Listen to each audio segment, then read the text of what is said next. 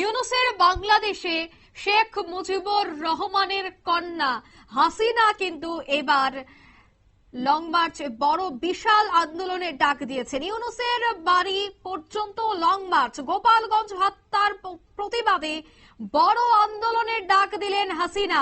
ইউনূসের বাংলাদেশে বঙ্গবন্ধু শেখ মুজিবুর রহমান এবং বাংলাদেশের প্রাক্তন প্রধানমন্ত্রী শেখ হাসিনার ভিটেতে হামলা। নারায়ণগঞ্জ জেলায় মুজিব এবং হাসিনার সেখানে জন্ম হয়েছিল, আর সেই জায়গাতেই হামলা।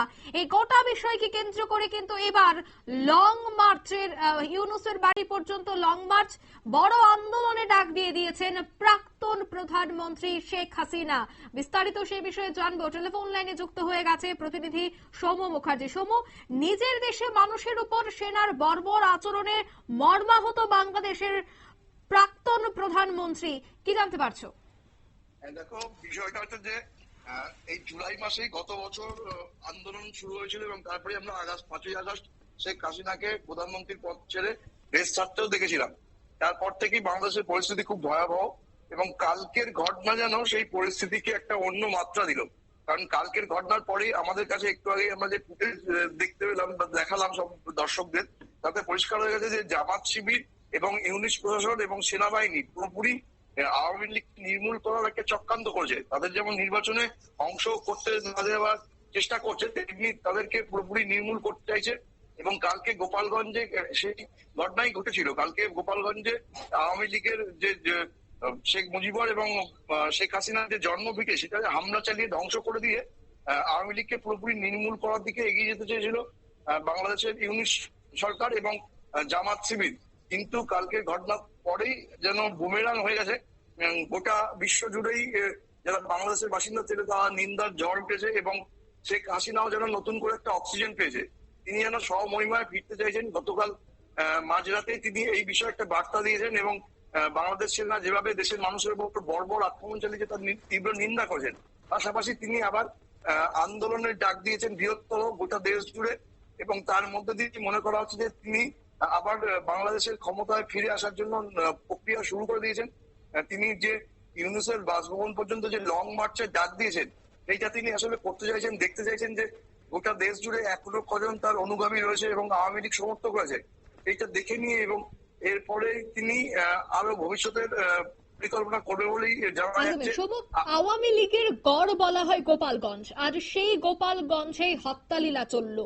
কি মনে হয়, এই যে বৃহৎ আন্দোলনের ডাক দিয়েছে, লং মার্চের ডাক দিয়েছে, সেক্ষেত্রে আওয়ামী লীগকে কতটা প্রতিকূলতার মধ্য দিয়ে যেতে হবে? কারণ গতকালেও বাড়ি থেকে বের করে মারা হয়েছে, বেছে বেছে হত্যা করার মতো অভিযোগ রয়েছে বাংলাদেশ সেনার বিরুদ্ধে। তো সেই জায়গায় কতটা প্রতিকূলতা আসতে পারে এই আন্দোলনে? হ্যাঁ, দেখো, যে বিষয়টা হয়েছে বর্তমানে গোপালগঞ্জের অবস্থা ভয়াবহ। যেটা জানা যাচ্ছে যে কারফিউ থাকার পাশাপাশি গোপালগঞ্জের থেকে বাংলাদেশের বিভিন্ন জায়গায় যাওয়ার একাধিক বাসের রুট বন্ধ রয়েছে। পরীক্ষাও সেখানে স্থগিত রয়েছে। সাধারণ মানুষ ভয়ে ঘর থেকে বেরোতে পারছে না। ফলে একটা আতঙ্কের পরিবেশ তৈরি হয়েছে। কিন্তু এর মাঝেই নতুন করে অক্সিজেন খুঁজে পেয়েছেন শেখ হাসিনা।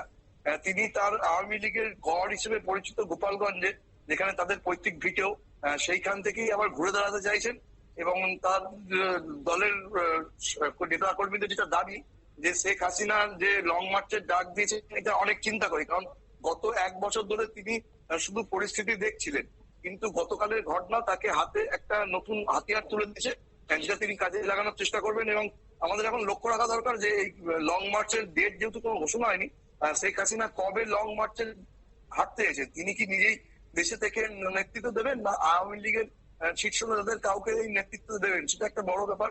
কিন্তু এই লং মার্চের ডাক দিয়ে শেখ হাসিনা নিজের জনপ্রিয়তা দেশের মধ্যে কতটা আছে সেটা একবার মেপে নিতে চাইছেন এবং তারপরেই তিনি বাংলাদেশের যে অন্তর্বর্তী সরকার আছে তার বিরুদ্ধে অল আউট আক্রমণে নামবে বলেই আওয়ামী লীগের নেতারা বলছেন।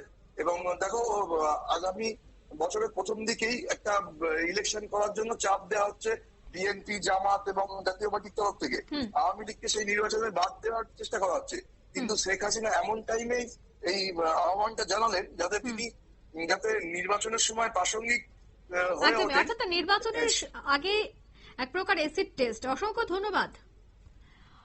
স্বৈরাচারী শাসন দমনে ইউনূসের বাংলাদেশে হাসিনার বড়সড় এবার আহ্বান, ধীরে ধীরে আন্দোলনকে আরো এগিয়ে নিয়ে যেতে হবে এবং রাজনৈতিক বিশ্লেষকদের মতে এই আহ্বান, এই ডাক নির্বাচনের প্রাক মুহূর্তে এসিড টেস্ট। নিয়ে নিচ্ছি ছোট্ট একটি বিজ্ঞাপন বিরতি, সঙ্গে থাকুন।